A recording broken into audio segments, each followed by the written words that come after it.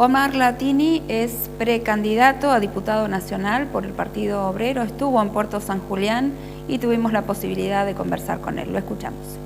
Es brutal pensar que aún habiendo aumentado la recaudación de un año al otro del 35%, no se estén pagando los salarios a los trabajadores. Es un acto ilegal no pagar el aguinaldo, una conquista histórica de los trabajadores, al 30 de junio como establece la ley, y que el día de hoy ningún sector esté discutiendo las paritarias frente a una inflación que ya no tiene una previsión del 17-18%, sino del 25%, ¿no? Y cuando muchos gremios del país, inclusive gremios estatales y docentes, han acordado paritaria entre el 20 y el 23%. En ese sentido, nosotros entramos a esta etapa de la lucha política dando una continuidad a algo que es una característica del Partido Obrero, que es el apoyo a los trabajadores que hoy se están movilizando y están reclamando de distintas maneras, cada organización a su modo, en todos los puntos de la provincia. Y a decir que vamos a tratar de llevar a la campaña electoral la agenda política de los trabajadores. Cuando van a aparecer seguramente candidatos muy sonrientes, prometiendo que van a hacer de nuevo el acueducto de Caleta Olivia, o que ya mañana empiezan las represas, o que está a la hora del interconectado, nosotros vamos a decir, muchachos, miren, ustedes están gobernando en el orden nacional, están gobernando la provincia, los municipios, los trabajadores no cobran, no les pagan el aguinaldo en tiempo y forma, discutamos los salarios y después podemos debatir obviamente otras cosas, porque nuestros pueblos viven al compás del salario de un trabajador. El movimiento económico, el movimiento social hoy en Santa Cruz está paralizado de punta a punta, los comerciantes están, digamos, preocupados, muchos tratando de sobrellevar la situación, porque el salario de la familia obrera es el que mueve el circuito económico y social de nuestros pueblos. Bueno, sobre esa base es que nosotros planteamos 3 o 4 medidas elementales. Primero, que publiquen los números, porque le han abierto las cuentas de la provincia a los CEOs del gobierno nacional, pero no a las organizaciones sindicales, sociales, a los partidos políticos de la oposición aquí en Santa Cruz. Y nosotros vimos que entre el 2015 y el 2016 hubo un 35% de aumento de la recaudación. Esto se puede comprobar en la página de la ACIP, de la Agencia de Recaudación de la provincia. Fue muy publicitado esto también. Bueno, ¿hubo alguna catástrofe natural, como el volcán Hudson del 91, alguna epidemia, un terremoto, una guerra? ¿Se construyeron 50 escuelas y no nos dimos cuenta? No pasó nada de eso. La única medida que sabemos en que se gastó ese dinero, esa mayor recaudación, es en que la gobernadora y sus ministros se aumentaron los salarios y que hay pauta salarial cero para todos los sectores.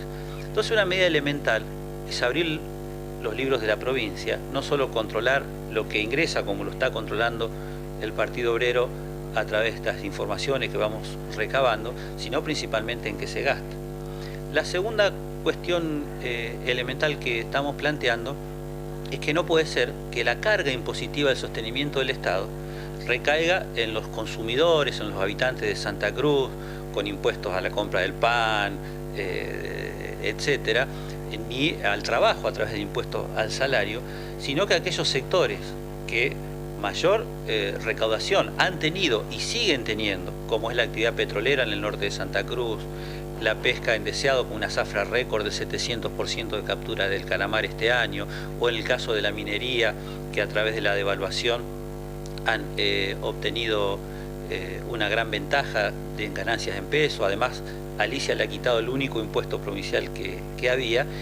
Del total que figura en el presupuesto de la provincia de Santa Cruz, de lo recaudado por la minería, que entre los 5 proyectos son cerca de 20.000 millones de pesos, solamente hay aportados al Tesoro 232, es apenas un 1,15% de lo que se tributa, mientras cualquier comerciante, un pequeño productor, aporta entre un 35 o un 40% de carga tributaria, igual que el trabajador, con el IVA del 21% y el impuesto al salario.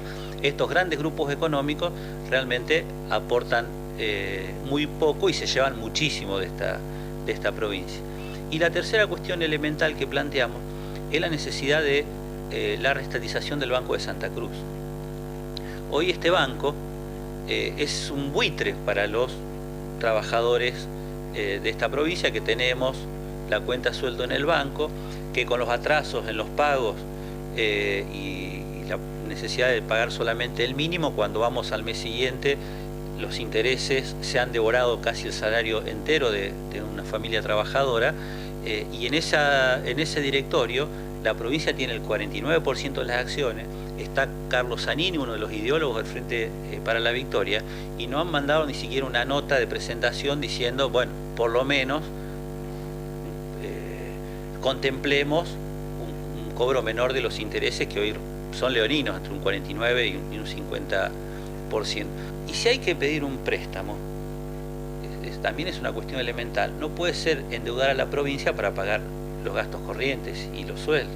Un préstamo se pide para hacer el tendido del interconectado hasta San Julián, a Gregores, a Caleta, a Perito, a Los Antiguos, para hacer un plan de desarrollo con 50 escuelas, de jardines maternales que nos están haciendo falta, del equipamiento de los hospitales, de obras básicas en muchos barrios nuevos de nuestras ciudades que no tienen cloacas, que no tienen agua potable, que no tienen red de gas.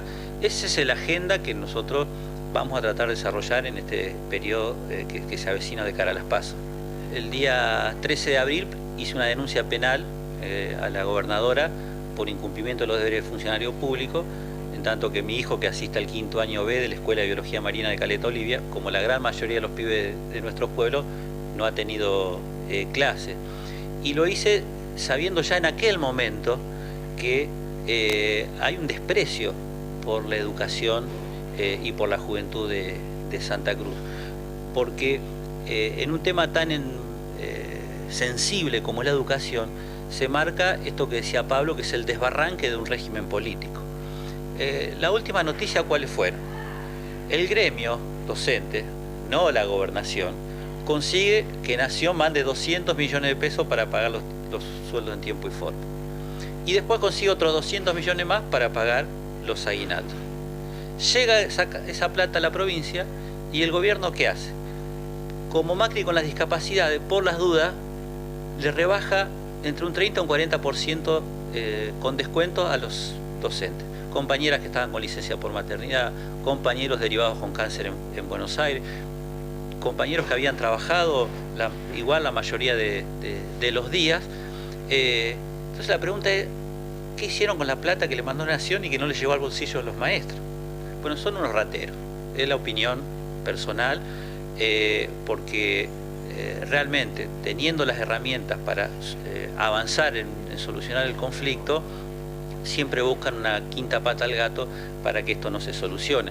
Y los únicos perjudicados en esta situación son los chicos, pero también lo son los docentes, que no saben cuándo van a cobrar, cómo organizar su vida, cuándo van a poder pagar el alquiler, sus cuentas, desorganizan toda la vida de una sociedad, ¿no?